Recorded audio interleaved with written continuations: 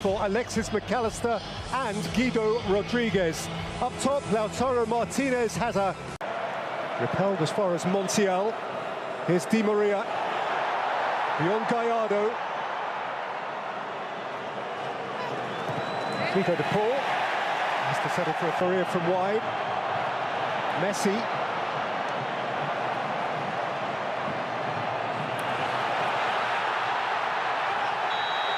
Now a chance for Vega to burst through, but he's left behind a limb, and the referee has penalised him. Hector Herrera didn't see a problem with the challenge and has engaged with the Italian referee.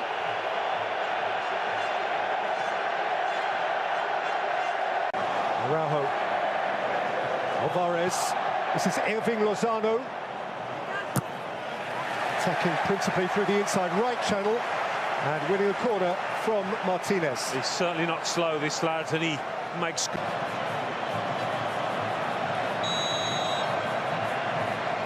Vega over it.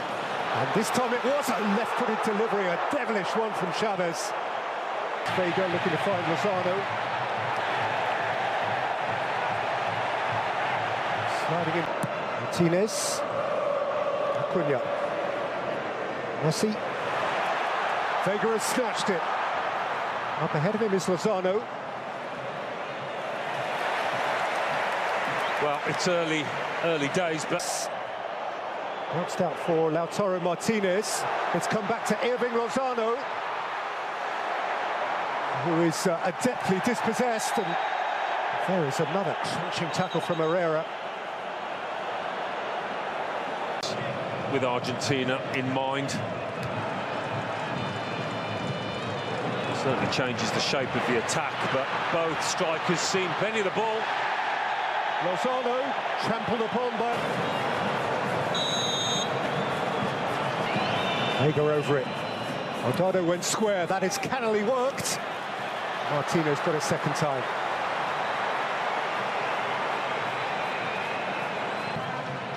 And by Herrera. Forward by De Paul. Taken back from Mexico by Araujo. He had to make good his challenge. Well, he took at least as much man as ball. And he... McAllister. Messi.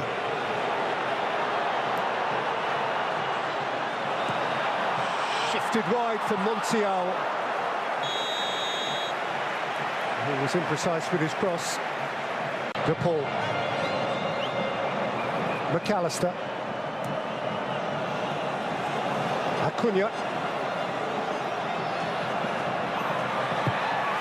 Dug out from the byline by Acuna. For Saudi Arabia, and an extraordinary goal from Richarlison. Foul on McAllister.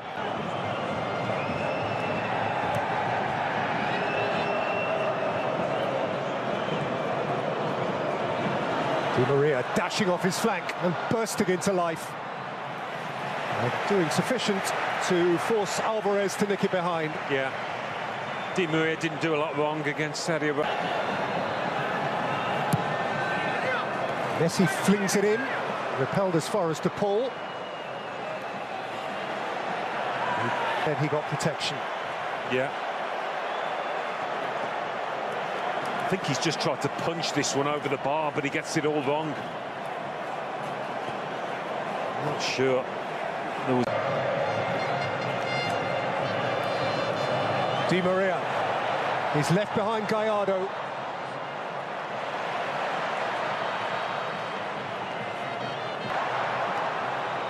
Here's Messi now, with his foot on the ball.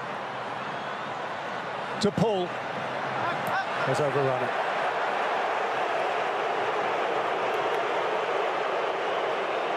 Yeah, one of the few. Messi. Di Maria with drift. Martinez coming through the crowd.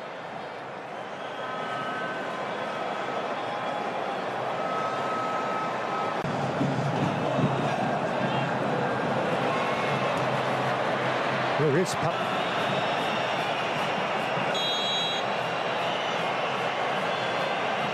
Chavez or Vega. It's Vega! It's a smashing hit and a wonderfully clean catch from Martinez, who's got rid in a hurry. Messi. Ronaldo's throw. And out came to Vega. Ambitious. It was, but... Di Maria. And by McAllister. Gathered by Messi. Set for Di Maria. Moved on by Messi. Flashed across the face by Acuna and seen behind by Montes. Yeah, Messi's delivery. The half-time whistle. It is a game that can barely breathe. It hungers for time and space. A game, never mind the longer or the medium term. It is about the immediate. Lautaro Martinez goes spinning. This time it is no foul. And here is Lozano. Came back to Araujo. Spun in towards Lozano. Martinez comes. Rodriguez, McAllister. Now space ahead of Messi. And Messi can drive and Messi can twinkle. And Messi's ankles are taken away from beneath him by a sliding Palacios. And Argentina have a free kick in a position of huge potential advantage. Yeah.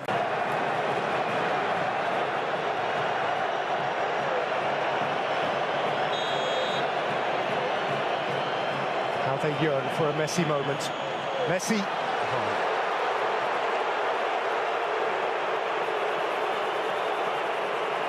For a moment.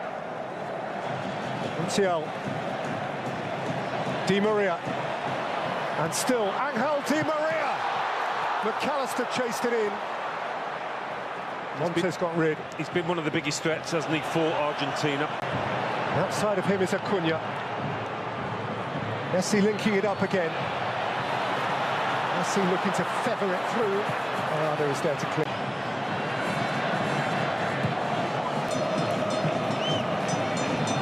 Di Maria. Again, Montes, the key centre-half. Here goes Lozano.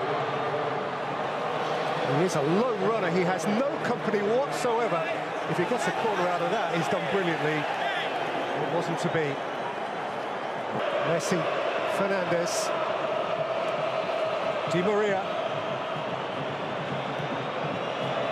Lionel Messi, Messi's here! Oh!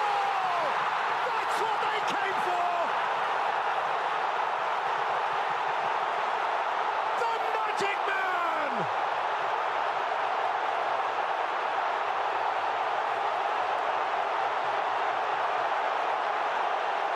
One more Messi moment, and Argentina are alive.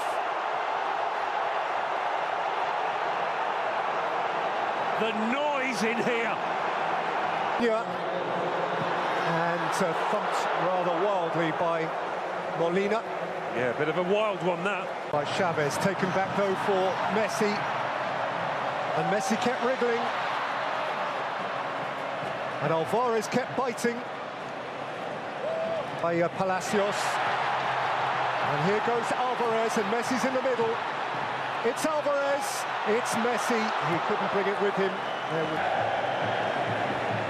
See again. Alvarez. Messi. Sure, lotted out the line at the near post.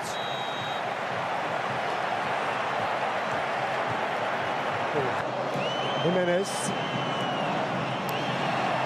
ran into traffic and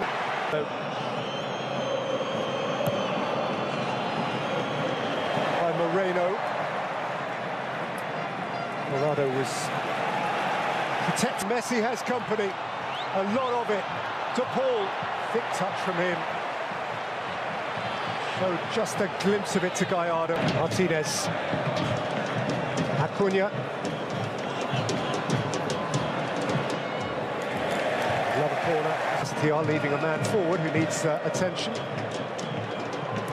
Oh, sweet feet, wonderful goal! Enzo Fernandez! And Argentina now surely out of reach.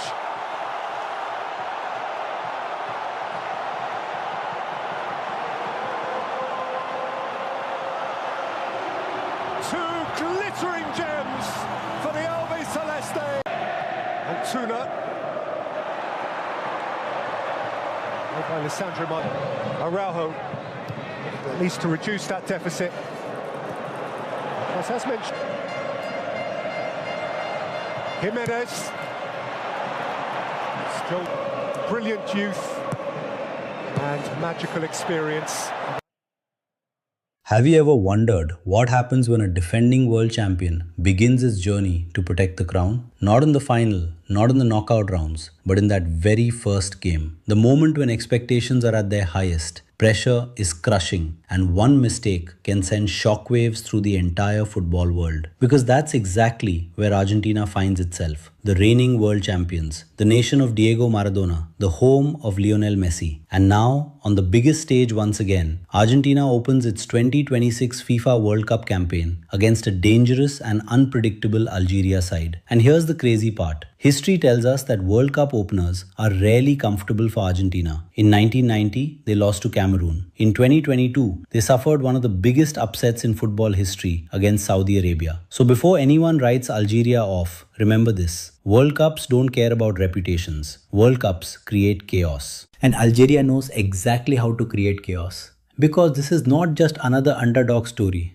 This is a nation whose impact on the World Cup changed football forever. Let's dive into it. As Argentina arrives in the United States for World Cup 2026, all eyes naturally turn toward one man, Lionel Messi. At 39 years old, he continues to rewrite football history. Every tournament seems to add another chapter to a career that already feels impossible. And this match could bring another record. Messi's appearance would place him among the most decorated World Cup players ever and move him closer to several all-time tournament milestones. But what's truly remarkable isn't the record itself, it's how he's still doing it. Most players decline physically by this stage of their careers. Messi adapted. He became smarter, more selective, more efficient. He doesn't need to touch the ball 100 times anymore. He only needs a few moments. And those moments can destroy entire defenses.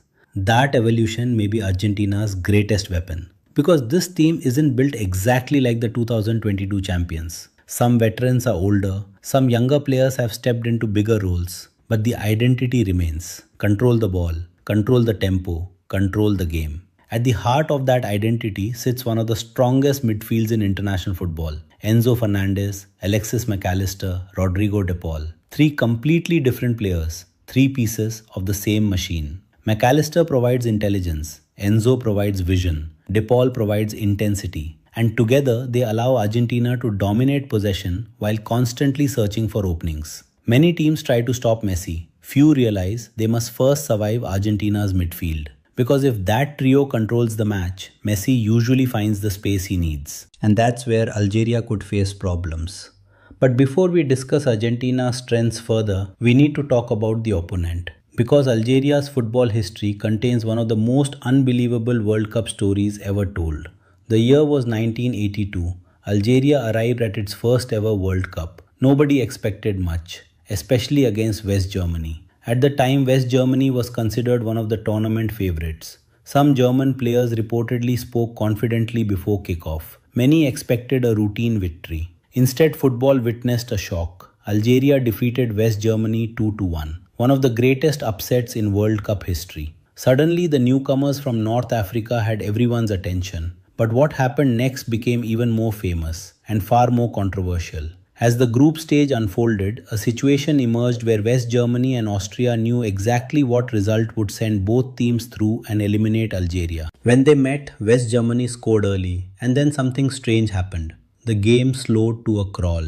Both teams appeared content with the scoreline. The intensity disappeared. Attacks disappeared. Competition disappeared. For long stretches, the match felt like neither side wanted to change the result. Algeria was eliminated. The football world was furious. The match became known as the disgrace of Gijón. The backlash was so severe that FIFA introduced a rule still used today. Final group stage matches are played simultaneously, all because of what happened to Algeria. Think about that. Very few nations can say they literally changed World Cup history. Algeria can. And that underdog spirit still lives inside this team. Fast forward to 2026. This Algeria squad may not have the global reputation of Argentina, but they possess something dangerous: speed, efficiency, and belief. They don't need endless possession. They don't need 30 shots. They only need a few opportunities, and that's what makes them dangerous against stronger opponents. Players like Riyad Mahrez bring experience and creativity. Mohamed Amoura brings pace and finishing ability. Meanwhile, young talents emerging through European football continue to add excitement to this squad. This is a team comfortable defending deep, comfortable suffering without the ball, comfortable waiting for one mistake. And against Argentina, mistakes will be their biggest opportunity. Because if there is one weakness in Argentina's setup, it appears during transitions. When fullbacks push forward, when midfielders commit numbers ahead of the ball, when possession is lost unexpectedly, those moments create space. And Algeria loves attacking space, which raises an important question. Can Argentina dominate possession without exposing themselves defensively? Or will Algeria find a way to punish the champions on the counter-attack? The answer could decide the entire match. But there's another fascinating battle about to unfold. One that may determine whether Messi controls the game or spends 90 minutes fighting for every inch of space. Argentina versus Algeria isn't just Messi versus Algeria. It's a tactical chess match, a battle of philosophies. One side wants the ball, the other side wants the space behind it. And that's what makes this matchup so intriguing. When Argentina attacks, their structure often transforms. Fullbacks advance, midfielders rotate positions. Messi drifts wherever he sees an opportunity. The formation becomes fluid, unpredictable, creative. But every attacking movement comes with risk, and Algeria will be watching closely because their best moments often arrive immediately after winning possession. A quick interception, a rapid transition, one pass into space. Suddenly the game changes. Mohamed Amoura is especially dangerous in these situations. His acceleration forces defenders to make split-second decisions. Step forward and risk being beaten. Drop deeper and surrender territory. Neither option feels comfortable. Then there is Riyad Mahrez, one of the most technically gifted players Africa has produced in recent years. He may not possess the explosive pace of his younger days, but his intelligence remains elite. Give him space near the box and he can create something from nothing. That combination of speed and creativity is exactly why Argentina cannot afford complacency. Because Algeria is not arriving to participate, they are arriving to compete. Still, Argentina possesses advantages almost everywhere on the field. Emiliano Martinez remains one of the most reliable goalkeepers in world football. His reputation in major tournaments has become legendary. Big saves, big moments, big pressure. He thrives on all of it. In front of him, Christian Romero provides aggression and leadership. Nicolas Otamendi provides experience. Together, they form the backbone of a defense that has already conquered the football world. Then comes the midfield, again, because everything keeps leading back to Argentina's midfield. If Enzo Fernandez starts dictating the tempo, Algeria could spend long periods chasing shadows. If McAllister finds pockets between the lines, Argentina's attack becomes far more dangerous. If Rodrigo de Paul wins second balls and disrupts counters, Algeria's transitions become far less effective. And then there is Messi, the player who somehow remains the center of every conversation. Not because of nostalgia, because of production. Because even now, defenders still panic when he receives the ball. Even now, coaches build entire game plans around stopping him. Even now, one moment of brilliance can change everything. That's what makes him unique. Many players influence matches. Messi influences entire tournaments. But football is never that simple. Because World Cups have a habit of producing unexpected heroes. Could Julian Alvarez become that hero? His movement creates space others don't see. His pressing creates opportunities others don't create. He does countless small things that often decide major matches. Or perhaps Lautaro Martinez steps into the spotlight. One chance, one finish, one goal. Sometimes that's all a striker needs. And what about Algeria? Could Ibrahim Maza announce himself to the world? Young players often arrive at World Cups as prospects and leave as stars. Every tournament creates one. Maybe this one does too. That's why opening matches are so fascinating. Nobody truly knows what will happen. The form guide matters. The statistics matter. The rankings matter. And then the whistle blows. Everything changes. Pressure becomes real. Nerves become visible. Dreams become vulnerable. For Argentina, the objective is clear. Start strong. Avoid another opening match disaster. Send a message to the rest of the tournament. For Algeria, the mission is equally clear. Stay organized, stay disciplined, believe. Because football history is filled with giants who underestimated underdogs. And Algeria has already shown before that they are capable of shocking the world. So how do I see it playing out? Expect Algeria to defend compactly and frustrate Argentina early. Expect Argentina to dominate possession. Expect moments where the champions look unstoppable. And expect moments where Algeria threatens to flip the entire script. But over 90 minutes, Argentina's quality should eventually shine through. Messi's intelligence, the midfield's control, the depth of talent throughout the squad. It feels like too much to overcome. Prediction: Argentina 3, Algeria 1. A competitive battle, a few nervous moments, and ultimately a winning start for the defending champions. But perhaps the biggest story isn't the result. Perhaps it's the sight of Lionel Messi stepping onto another World Cup stage. A player who has inspired generations. A player who has already completed football, yet somehow continues writing history. Because one day, these World Cups will exist without Messi. One day, football fans will tell stories about watching him play. But today isn't that day. Today, the journey continues. And as long as Messi is still walking onto a World Cup pitch, anything feels possible. The champions begin their defense. The challengers prepare their challenge. And the world watches. Because this is the FIFA World Cup, where legends are remembered. And history is always waiting to be written.